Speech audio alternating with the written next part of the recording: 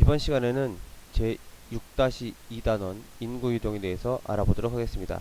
이번 시간의 학습 목표는 인구이동의 원인을 이해할 수 있다. 세계와 우리나라의 인구이동의 특징을 설명할 수 있다. 인구 유입지역과 인구 배출, 유출 지역을 사례로 인구이동의 원인을 발표할 수 있다.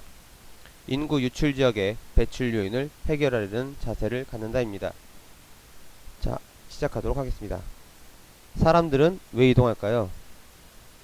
먼저 이것을 확인하기 전에 인구 이동에 대해서 알아볼 필요가 있는데요. 인구 이동이란 사람들이 한 장소에서 다른 장소로 옮겨가는 것을 이야기합니다. 옛날에는 사람들이 이동이 많지 않았지만 오늘날에는 교통이 발달하고 지역 간 경제 격차가 커지면서 사람들의 이동이 활발하게 이루어지고 있습니다. 자, 이렇게 인구 이동이 일어나게 된 원인은 크게 두 가지로 볼 수가 있습니다. 첫째, 흡입 요인과 배출 요인, 두 번째 배출 요인인데요. 흡입 요인이란 다른 지역에서 어떤 지역으로 사람들이 들어오게 하는 요인입니다. 대표적인 예로서는 많은 일자리, 쾌적한 환경, 높은 임금, 좋은 주거 환경, 여러가지 문화시설, 저렴한 토지 가격, 학교, 병원, 위락시설 등의 확충, 편리한 교통 등을 들 수가 있습니다. 이와 반대로 배출 요인은 어떤 지역에서 다른 지역으로 사람들이 빠져나가게 하는 요인으로서 대표적인 예로 전쟁, 기아, 홍수 등의 자연재해, 인종적, 정치적, 종교적 박해, 낮은 임금, 빈곤, 나쁜 주거환경, 교육, 문화, 보건시설 등의 부재 등을 들 수 있습니다. 인구 이동 유형은 일단 교과서에는 세 가지 정도가 나오고 있습니다. 크게 이동 동기에 따라서 자발적 이동과 강제적 이동으로 나눌 수가 있고요. 이주 범위에 따라서 국내 이동과 국제 이동, 그 다음에 이주 기간에 따라서 일시적인 이동, 영구적 이동, 그 다음에 계절적 이동, 주기적 이동으로 나눌 수가 있습니다. 자, 먼저 이동 동기에 따른 인구 이동 유형을 살펴보면요. 자발적 이동과 강제적 이동으로 나눌 수가 있습니다. 자발적 이동엔 바로 스스로 가는 유학이나 해외 취업 등을 대표적인 예로 들 수 있고요. 강제적 이동은 말 그대로 강제적으로 가는 겁니다. 대표적인 예가 바로 식민지에서의 노예 이동이 되겠죠. 이주 범위에 따른 인구 이동의 분류를 보면요. 국내 이동과 국제 이동으로 나눌 수가 있습니다. 이주 기간에 따른 인구 이동 유형 분류를 보면은 일시적인 이동, 영구적 이동, 계절적 이동, 주기적 이동으로 나눌 수가 있습니다. 일시적 이동의 대표적인 예는 바로 유학이나 휴가, 일시적 취업으로 인한 이동 등을 들 수가 있습니다. 영구적 이동은 말 그대로 영구적으로 이동하는 겁니다. 대표적인 예는 이민이 되겠죠. 계절적 이동은 좀 생소하긴 하겠지만은 유목민이 계절에 따라서 풀을 찾아 이동하는 것 등을 들 수가 있습니다.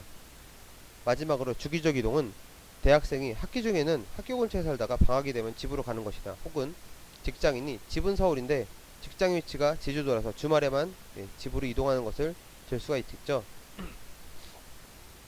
자, 이제 또 이동 규모나 이동 원인, 이동 목적, 이동 선별성에 따라서도 인구 이동 유형을 분류할 수가 있습니다. 이동 규모에 따라서 개인, 집단, 가족, 대중의 이동으로 나눌 수가 있고요. 이동 원인에 따라서도 경제적 이동, 정치적 이동, 사회적 이동, 종교적, 문화적 이동으로 나눌 수가 있습니다. 경제적 이동의 대표적인 예는 바로 취업이겠죠. 정치적 이동의 대표적인 예는 망명이나 난민 등을 들 수가 있습니다. 사회적 이동의 대표적인 예는 해외 선교 활동이나 의료 봉사 활동을 들 수가 있고요. 종교적, 문화적 이동의 대표적인 예는 바로 청교도의 이동을 예로 들 수가 있습니다. 또 이동 목적에 따라서도 인구 이동 유형을 나눌 수가 있는데요. 취업이나 교육, 주거 환경 등으로 나눌 수가 있겠습니다. 마지막으로 이동 선별성에 따라서도 인구 이동 유형을 나눌 수가 있는데요. 성별, 연령별, 사회 계층별로 나눌 수가 있다고 합니다. 자, 세계 인구는 그럼 어떻게 이동을 했을까요? 세계 인구 이동을 살펴보면은 가장 먼저 일어난 것이 16세기에 유럽인들이 식민지를 개척하기 위한 이동을 들 수가 있습니다.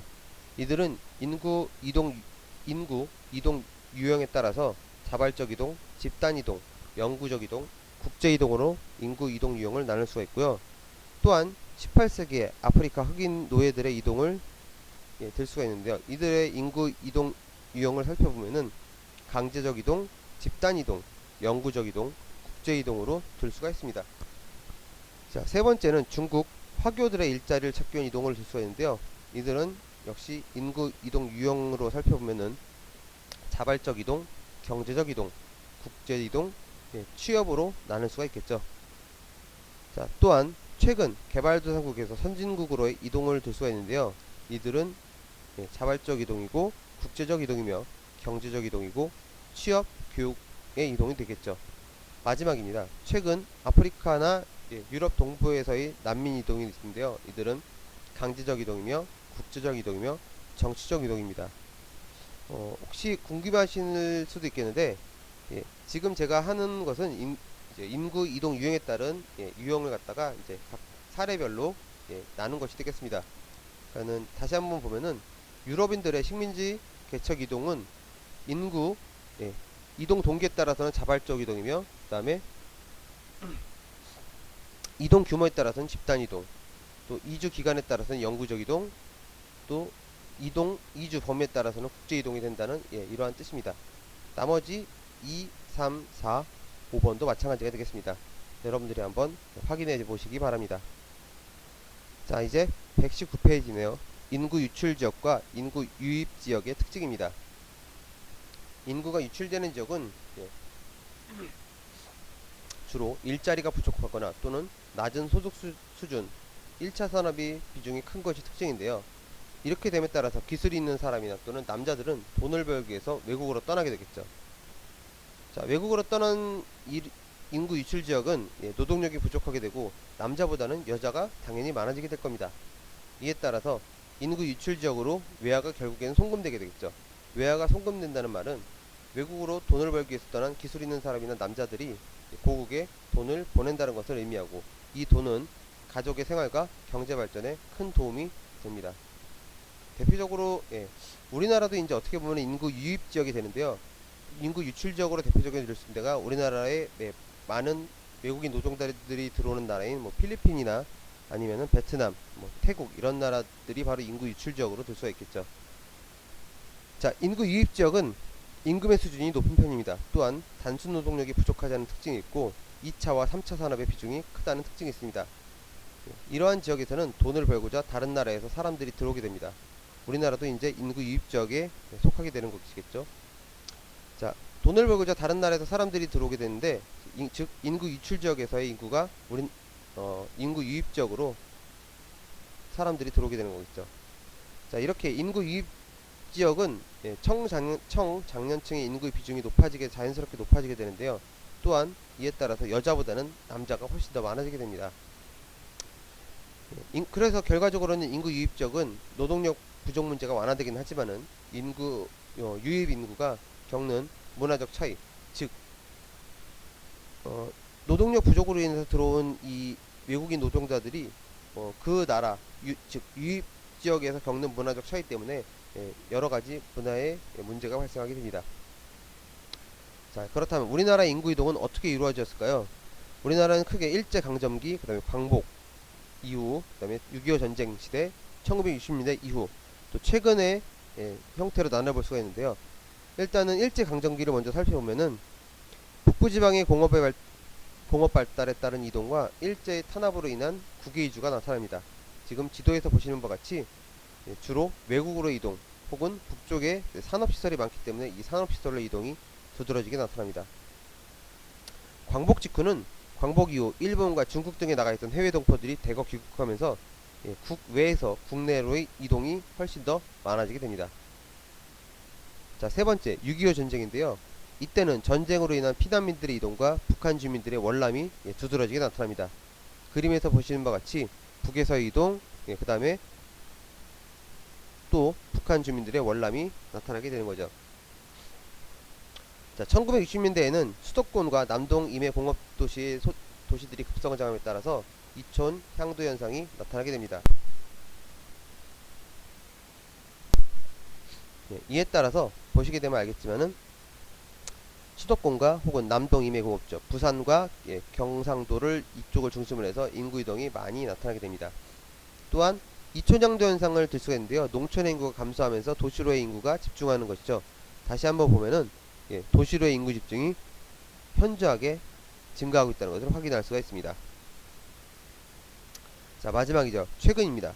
최근에는 이촌향도 현상이 둔화되면서 도시 간의 인구 이동이 활발해집니다. 또한 대도시에서 주변 지역으로의 인구 이동이 활발해지는데 이것을 갖다가 교외화라고 하죠. 김포도 어떻게 보면 교외화의 한 축이 되겠습니다. 대도시에 있던 사람들이 주변 지역으로 이동함에 따라서 하나의 신도시가 형성되는 것이 바로 교외화입니다. 또한 촌락에서 도시로 이동했던 사람들이 다시 촌락으로 이동하는 현상, 즉 1960년대에 이촌향도 현상을 겪었던 사람들이 다시 그 도시의 삶을 청산하고 다시 촌락으로 이동하는 현상들이 이제 최근에 발생하게 되는데요. 이런 것을 바로 인구의 유턴 현상이라고 합니다. 자, 그림을 통해 확인하면은 도시에서 도시로 가는 사람도 있지만 그것보다는 최근에는 밖으로 빠져나간 사람들도 많이 발생하고 있다는 것을 느끼게 됩니다. 또한 도시에 있는 사람들이 밖으로 빠져나감에 따라서 다시 한번 보겠지만은 교외화가 두드러지게 나타나는 거죠. 자, 이제 마지막입니다. 국제이동인데요. 우리나라는 1960년대 이후부터 이민이 활발해지게 됩니다. 그래서 1960년대에는 미국을 기점으로 해서 최근에는 캐나다, 뉴질랜드, 호주 등으로 이민이 증가하고 있는 추세입니다. 또한 이민뿐만 아니라 이제는 해외 취업으로 인한 취업 또는 유학으로 인한 국제 이동이 활발해지고 있는데요. 1990년대 이후 유학이 많이 활발해지고 또한 2000년대가 들어서면서 해외 취업이 많이 활발해짐에 따라서 우리나라 사람들도 이제 외국으로 국제 이동이 활발해지고 있습니다. 1990년대 이후에는 중국, 동남아시아 국가로부터 외국인 근로자들이 대거 많이 유입되고 있습니다. 그래서 아까 말씀드린 것처럼 우리나라도 이제 인구 유입적으로 편성이 되는 거겠죠. 자, 마지막입니다. 외국인 여성과 결혼한 사람들이 최근에 많아지면서 농촌의 다문화 가정이 늘어나고 있다는 특징도 있습니다. 오늘은 이상입니다.